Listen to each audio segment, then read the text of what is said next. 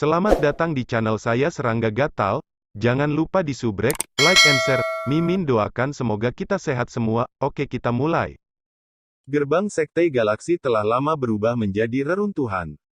Nelayan itu berdiri sendirian di depan gerbang gunung yang runtuh, terdiam lama, dan menghembuskan nafas panjang. Awasi Tuhan, dalam hidup ini, orang yang paling aku kagumi adalah kamu, dan orang yang paling ingin aku bunuh juga kamu. Suara bergumam masih bergema di reruntuhan, dan nelayan itu berbalik. Melukis hati. Pelukis minum dengan kendi dan tersenyum bahagia.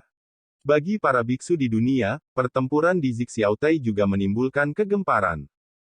Di langit berbintang ini, di alam yang tak terhitung jumlahnya, dimanapun para biksu berada, ada diskusi hangat tentang peristiwa besar yang menimbulkan sensasi di dunia ini. Dibandingkan dengan kekuatan besar itu, sikap para cultivator es di dunia jelas berbeda. Memang benar waktu telah berubah, dan tradisi Tao kuno bermunculan seperti pucuk bambu setelah hujan. Dunia di masa depan pasti akan didominasi oleh penguasa alam kenaikan, tetapi dunia besar ini tidak dapat menampung orang lajang. Beberapa orang tua merasakan kemarahan yang tidak bisa dijelaskan. Di dalam hati mereka, Guanzu mewakili legenda yang tak tertandingi, mitos tertinggi yang pernah mengguncang bintang dan langit. Di dunia ini, saya tidak tahu berapa banyak orang yang mengagumi dan mengagumi Tuhan dari lubuk hati mereka.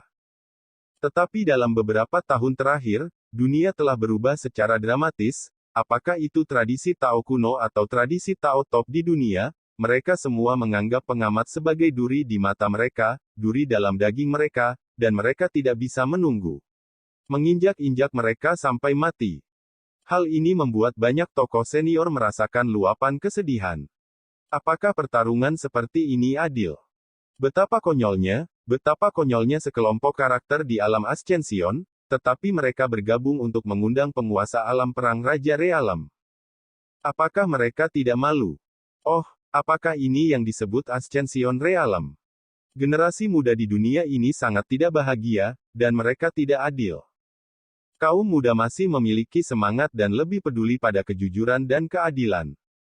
Menurut mereka, pertarungan seperti itu sejak awal tidak adil bagi penonton, membuat orang marah dan dikucilkan.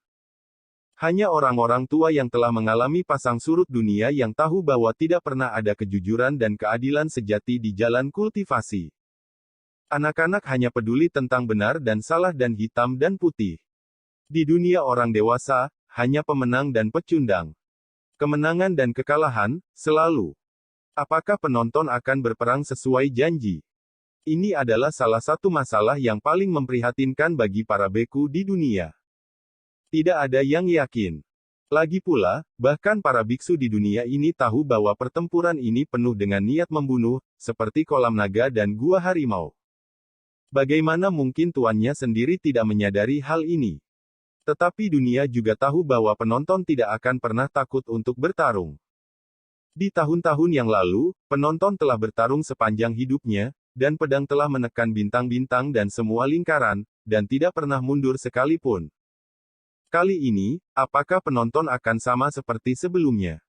Jangan menganggap penonton sebagai raja di dunia biasa. Lihatlah dunia yang sangat besar ini. Selain penonton, raja kerajaan mana yang dapat membunuh jiwa para dewa dan bayi? Jika bukan karena kekuatan para penonton, dan kekuatan paviliun Jiutian untuk mengajari mereka, mengapa mereka harus bergabung untuk bertarung? Menurutku, Guanzu akan pergi berperang. Orang-orangnya sombong seperti kendonya, dan dia tidak akan pernah mundur. Banyak yang melakukannya. Bisa diramalkan jika pertempuran ini dipentaskan, itu pasti akan menjadi pertempuran yang paling banyak ditonton sejak akhir era apokaliptik. Pertempuran ini, tidak peduli siapa yang menang atau kalah, itu akan sangat mengubah pola dunia dan dicatat dalam sejarah seluruh Dongsuan Yu. Demikian pula, ini ditakdirkan untuk menjadi perang tingkat bulu pertama sejak zaman kuno, bahkan jika penonton hanya memiliki wilayah kerajaan, tetapi semua orang tahu bahwa dia sudah memiliki kekuatan untuk membunuh karakter kenaikan. Perang seperti itu, aku khawatir sulit melihatnya di zaman kuno. Dan kami bersaksi. Panggung sudah disiapkan, tinggal tunggu gong dan gendang dibunyikan, pertunjukan yang bagus akan dipentaskan. Di dunia yang gelap dan suram, penjahit mengambil cangkir teh dan menyesap teh sambil tersenyum. Waktu berlalu hari demi hari. Tianshan Zixiaotai telah menjadi tempat paling menarik di langit berbintang. Tidak ada. Banyak orang bergegas menuju pegunungan Tianshan dari segala arah. 7 hari, hanya dengan beberapa klik saja. Dalam 7 hari terakhir, Su Yi tinggal di kuil Jiekong untuk bersih-bersih. Kadang-kadang minum dengan Biksu Kong Zhao, mencoba pedang dengan King Shi Jianxian, dan bermain zen dengan Biksu Jiekong. Itu memuaskan dan nyaman. Meskipun dikatakan bahwa ada ketenangan di setiap acara besar, kamu terlalu tenang, Potongan cakar bebek ini enak. Di halaman kuil, ada hotpot, sup tulang minyak merah menggelegak, dan segala jenis daging segar dan sabu-sabu bergulir dan mengambang di dalamnya. Biksu Kong Zhao makan dengan mulut penuh minyak, sumpitnya tidak pernah berhenti. Su Yi mengambil sepotong ikan rebus, dan berkata dengan santai, cinta tidak diganggu oleh hal-hal eksternal, dan hati tidak diganggu oleh hidup dan mati. Berbicara, seteguk ikan putih kristal memenuhi mulutnya, membuat Su Yi menyipitkan matanya dengan nyaman. Musim dingin memang waktu terbaik untuk makan hotpot. Biksu Kong Zhao ragu-ragu sejenak, dan berkata, pernahkah Anda berpikir tentang apa yang harus dilakukan jika Anda kalah? Tidak. Su Yi menggelengkan kepalanya. Yah, aku belum pernah mengalami hal seperti ini dalam hidupku. Biksu Kong Zhao tertegun sejenak, dan berkata dengan suara cemberut, saya telah melihat banyak pembudidaya pedang di dunia ini, tetapi Anda adalah satu-satunya pembudidaya pedang seperti Anda. Su Yi berdiri, menyeka daun-daun yang jatuh di pakaiannya, dan berkata, di ketinggian sangat dingin, dan ketika aku tidak dapat menemukan lawan yang layak sebelumnya, rasa itu yang paling melelahkan. Sekarang, seluruh dunia adalah musuh, betapa bahagianya. Su Yi berkata, dan berjalan menuju gerbang halaman sambil tersenyum, bantu aku menjaga Wei Zi kecil, dan saat aku kembali, bawa dia untuk menemukan Lao Wei. Kamu benar-benar tidak membutuhkan aku untuk menghiburmu. Biksu Kong Zhao berteriak. Mulutmu terlalu beracun, aku khawatir kamu akan dipukuli, jadi lebih baik jangan pergi. Suara Su Yi masih bergema, dan orang itu menghilang di luar kuil Jiekong.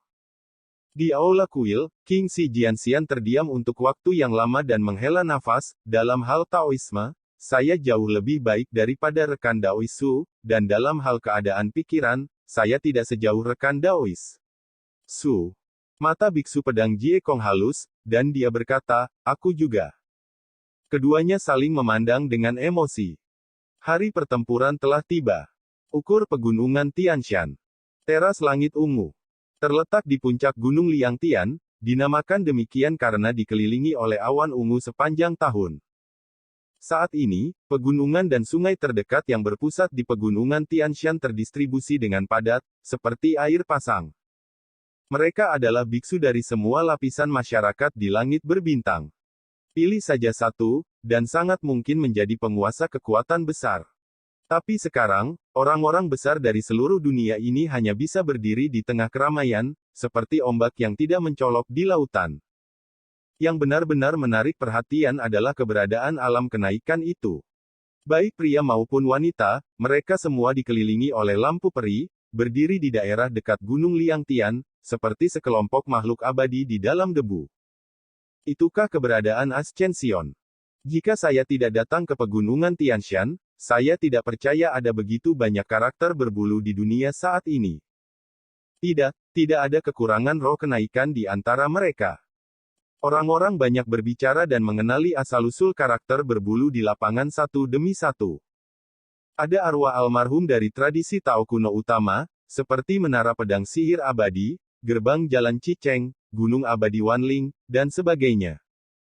Mu Yunan dan Qin Hongyu, jiwa-jiwa mati yang telah dikalahkan oleh Su Yi, juga ada di antara mereka. Ada juga tokoh kontemporer yang muncul dari 6 penjaga Tao kuno. Seperti Zhou Hanshan, barang antik tua dari keluarga Zhou, dan Zhong Tianquan, barang antik tua dari keluarga Zhong. Masing-masing dari mereka adalah seorang lelaki tua yang baru-baru ini terkenal di dunia, melangkah ke alam kenaikan dan menimbulkan sensasi di dunia. Sekarang, mereka menunjukkan tanda-tanda satu demi satu, dan mereka telah menjadi fokus pemandangan. Ada kilatan cahaya dari waktu ke waktu di langit, dan setiap cahaya melambangkan kedatangan sosok berbulu. Pada akhirnya, jumlah karakter berbulu mendekati 100. Hampir 100 biksu berbulu. Ini jelas merupakan peristiwa besar yang belum pernah terjadi sejak akhir hukum. Saya tidak tahu berapa banyak orang yang terkejut dan sangat merasakan bahwa dunia saat ini benar-benar berbeda dari sebelumnya.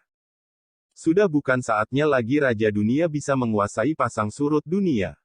Apa yang kamu lihat di depanmu hanyalah puncak gunung es, dan masih banyak kengerian serupa yang didistribusikan secara rahasia. Beberapa pria besar berbisik, tertekan. Tidak perlu diragukan lagi, seiring berjalannya waktu, akan semakin banyak sosok berbulu di dunia ini, seperti bintang paling mempesona di dunia, bersinar di atas langit berbintang. Dan protagonis hari ini adalah 4 sosok yang telah lama berdiri di platform Zixiao di Gunung Tianshan. Mereka adalah Master Pavilion Jiutian Yan Daolin, Nelayan Master Sekte Dewa Galaksi, Patriark dan pelukis Huak Xinzai, Tetua Taiyi Daomen Taisang Deng Zuo. Mereka berempat, baik duduk atau berdiri, memiliki sikap dan perilaku yang berbeda. Tapi masing-masing dari mereka memiliki cahaya peri ilusi yang mengalir. Itulah kekuatan hukum tingkat kenaikan, seperti Fei Xiang Wang Yu, itu adalah kekuatan yang hanya bisa dikendalikan oleh karakter tingkat kenaikan. Akankah penonton datang untuk menantang? Semua orang menunggu, dan banyak orang sedikit cemas. Karena sudah mendekati tengah hari, namun hingga saat ini, belum ada jejak pengawas yang muncul. Di panggung Zixiao, pelukis itu terkekeh dan berkata, lagi pula, dia belum pernah tersentak sebelumnya. Selama dia tersentak sekali, itu adalah noda yang tidak bisa dibersihkan. Deng Zuo memegang sarung di tangannya, dan berkata tanpa ekspresi, mengetahui bahwa dia akan mati, dia akan datang juga. Kata-kata Deng Zuo dikenali oleh Yan Daolin dan si nelayan. Watak Tuhan selalu seperti ini. Hatinya seperti pedangnya, dia bergerak maju tanpa halangan, jika tidak, di tahun-tahun yang panjang di masa lalu, bagaimana mungkin langit berbintang ini diliputi oleh pedangnya? Berbicara dengan lembut. Nelayan itu menghela nafas, memang, di dunia ini, saya takut hanya orang itu yang benar-benar tidak takut hidup dan mati, dan tidak dipermalukan. Mereka semua adalah musuh Tuhan. Jika berbicara tentang penonton, tidak ada yang bisa menyangkal bahwa ini adalah lawan yang terlalu kuat untuk dianggap serius. Saat kami sedang berbicara, tiba-tiba saya mendengar teriakan keras. Seruan itu semakin keras dan keras, memenuhi seluruh dunia. Yan Daolin, pelukis, nelayan, dan Deng Zuo semuanya mengangkat mata dan melihat ke kejauhan. Mereka tahu bahwa Tuhan ada di sini. Su Yi ada di sini. Tatapan yang tak terhitung jumlahnya berkumpul padanya. Seruan dan keributan mengikuti seperti gelombang bergelombang, bergema satu demi satu di langit dan bumi. Tuan Guanzu, dia benar-benar datang. Banyak orang sangat bersemangat sehingga mereka tidak bisa menahan diri. Meskipun saya tahu bahwa dia akan datang dan pergi hari ini, keberanian dan keberanian untuk pergi ke pertemuan saja membuat orang tidak mungkin memfitnahnya. Beberapa tokoh besar dalam kematian sangat emosional. Bahkan di zaman kuno, itu jarang terjadi. Ada seorang lelaki kuat dari Taoisme kuno, dan seperti dia, mungkin dia pemberani dan tak tertandingi di dunia, tapi mengapa dia tidak menunjukkan keberaniannya? Beberapa orang tua dari suku Tao kuno mendengar kata-kata itu, dan mata mereka sedikit halus. Jika itu orang lain, evaluasi seperti itu akan relevan, tetapi jika itu adalah pengamat, itu tidak akan berhasil. Menyaksikan kehidupan masa lalu Tuhan, alasan mengapa dia bisa menaklukkan semua lingkaran di langit berbintang dengan pedang adalah karena dia terpaksa membunuh dari pertempuran yang tak terhitung jumlahnya dengan pedang. Jika dia bisa menahan dan menyerah, dia ditakdirkan untuk tidak memiliki masa lalu yang legendaris yang tak tertandingi di dunia. Tuan Guan, pertempuran hari ini pada dasarnya tidak adil, mengapa Anda ada di sini? Tiba-tiba, seorang pemuda mengumpulkan keberaniannya dan bertanya dengan lantang. Su Yi berhenti dan menatap pemuda itu. Pada saat itu, pemuda itu tersedak dan menjadi lebih gugup dari sebelumnya. Su Yi tersenyum dan berkata, ada musuh di seluruh dunia, saya sangat senang. Berbicara, dia berjalan langsung ke Gunung Liangtian yang jauh. Dunia ini penuh dengan musuh, begitu banyak kegembiraan. Pria muda itu bergumam pada dirinya sendiri, terlihat bingung, keadaan pikiran macam apa ini? Banyak orang yang hadir juga tertegun. Mereka tidak pernah berharap untuk mendapatkan jawaban ini dari penonton. Anda bisa merasakannya dengan hati-hati, tetapi Anda bisa merasakan suasana yang tak terlukiskan dari beberapa kata ini. Banyak kegembiraan. Menurut pendapatku, itu mungkin juga merupakan kegembiraan yang kosong. Suara acuh tak acuh terdengar, menyebabkan keributan di lapangan. Melihat klan Zhou Tao kuno, Zhou Hanshan antik tua berkata, "Tuan, perhatikan baik-baik permainan ini, tidak kurang dari 100 orang yang hanya berada di alam kenaikan, dan dalam kegelapan, saya tidak tahu berapa banyak orang yang menatapmu. Kamu masih bisa bahagia." 2 bulan lalu, dalam pertempuran Sengong Fang, Sui memenggal kepala semua tokoh besar di keluarga Zhou mereka. Tentu saja, Zhou Hanshan tidak akan melupakan perseteruan ini. Suasananya diam-diam ditekan, dan dunia dipenuhi dengan suasana dingin, yang membuat orang gemetar. Jangan pedulikan yang lain, kenapa kamu tidak pergi ke panggung Zixiao untuk jalan-jalan? Kata Sui dengan santai. Ekspresi Zhou Hanshan stagnan, dan kemudian dia mendengus dingin, ayo tunggu hidupmu bertahan dulu. Sui tertawa dan tidak peduli. Wajah Zhou Hanshan jelas murung. Siapa yang tidak bisa melihat bahwa, dalam hal momentum, sosok Ascension Realm dari klan Zhou kuno ini sudah kalah. Tolong hentikan. Pria besar lainnya maju. Sabuk Eguanbo, Tongyan Heva, adalah Zhong Tianquan kuno dari keluarga Tao. Dia juga salah satu tokoh yang paling menarik perhatian di Ascension Realm saat ini, dan dikabarkan sebagai pembangkit tenaga listrik kontemporer pertama yang menginjakkan kaki di Ascension Road. Mengatakan. Kata-kata Sui singkat dan to the point. Zhong Tianquan berkata perlahan, aku ingin tahu bagaimana menurutmu. Begitu kata-kata ini keluar, tokoh-tokoh besar dalam Taoisme kuno semuanya memusatkan perhatian mereka pada Sui. Sui bertanya dengan santai, apa hubungannya ini dengan keluarga Zhongmu? Zhong Tianquan mengerutkan kening dan berkata, sikap keluarga Zhong kami sama dengan menara abadi pedang ajaib Taiko Tao. Semua orang terkejut. Ini setara dengan pernyataan yang jelas bahwa keluarga Zhong mereka akan maju dan mundur bersama dengan bangunan abadi pedang ajaib. Sui hanya bersenandung dan berkata, karena itu masalahnya, saya akan membuat pernyataan, dalam waktu setengah tahun, keluarga Zhong Anda akan disingkirkan dari dunia. Setelah itu, dia terus berjalan menuju pegunungan Tianshan. Dan kata-katanya menyebabkan gelombang besar dan kegemparan di lapangan. Siapa yang bisa membayangkan bahwa penonton yang datang untuk bertarung sendirian di depan Gunung Tianshan yang mematikan ini masih begitu kuat? Zhong Tianquan tidak bisa menahan tawa dan berkata, jika ini adalah kata-kata terakhirmu hari ini, itu pasti akan menjadi lelucon terbesar di dunia. Roh-roh mati dari Taoisme kuno semuanya mengerutkan kening. Penonton ini benar-benar tidak menangis tanpa melihat peti mati. Saudaraku, hati-hati, apa yang kamu lihat di depanmu hanyalah puncak gunung es. Tiba-tiba, transmisi suara terdengar di telinga Sui. Itu Zhuang Bifan. Pria tua ini yang paling suka tampil di masa lalu, tetapi sekarang dia berada di tengah keramaian, terlihat sangat rendah hati dan terkendali. Dealer saya telah terhubung dengan beberapa Taois Taiko dan mempelajari beberapa cerita orang dalam. Game pembunuhan hari ini kemungkinan besar akan berubah menjadi huru-hara besar. Terutama di antara para Taois kuno dan keturunan abadi, mereka tidak dapat mentolerir kekuatan reinkarnasi dalam diri Anda yang diambil oleh orang lain. Zhuang Bifan dengan cepat mentransmisikan suaranya untuk mengingatkan Sui, jangan menganggapnya serius. Sui tersenyum dan berkata, kamu, tonton saja drama itu. Zhuang Bifan punya banyak hal untuk dikatakan, jadi ini hanya bisa dilakukan. Itu benar, Guanzu, mungkin ada cara lain untuk mengandalkan, dan dia pasti tahu beberapa kebenaran tentang pembunuhan hari ini. Jalan rahasia Zhuang Bifan. Orang biasa tidak akan berani mendekat dan tidak tahan tekanan. Tapi Sui sepertinya tidak menyadarinya. Hingga sosok Sui sampai di puncak Gunung Tianshan. Semua mata di lapangan juga bertemu. Pertempuran ini akan segera dipentaskan. Di satu sisi, seseorang adalah raksasa dunia yang menginjakan kaki di alam Ascension.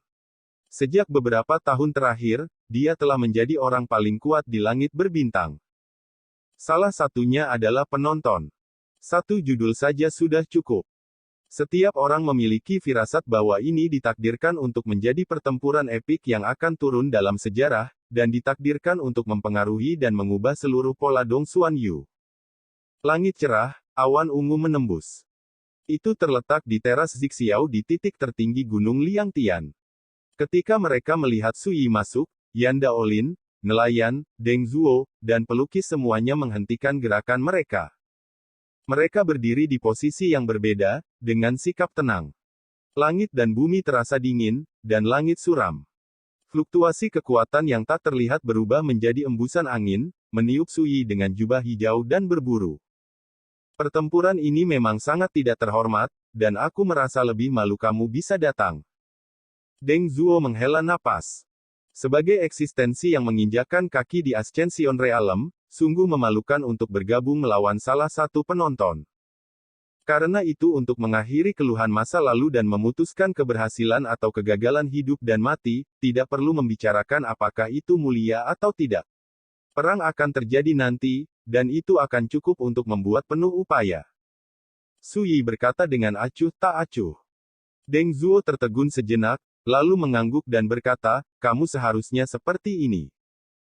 Yan Dao tiba-tiba berdiri, menatap semua orang di kejauhan, dan berkata dengan tenang, mulai sekarang, jika ada yang bergabung dalam pertempuran ini, saya tidak akan setuju.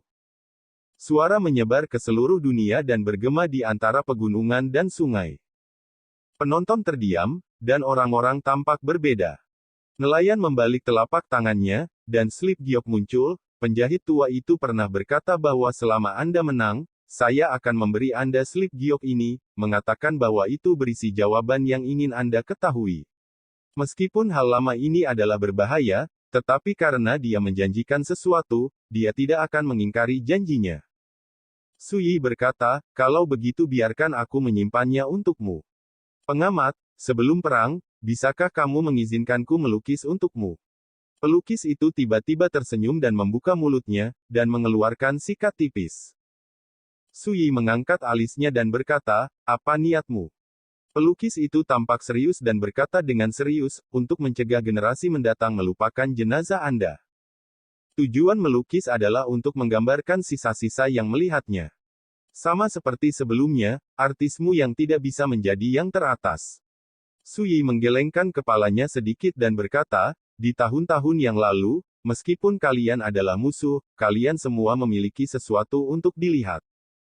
Tapi sekarang, kamu bersedia bergandengan tangan dengan penjahit untuk mendirikan di sini.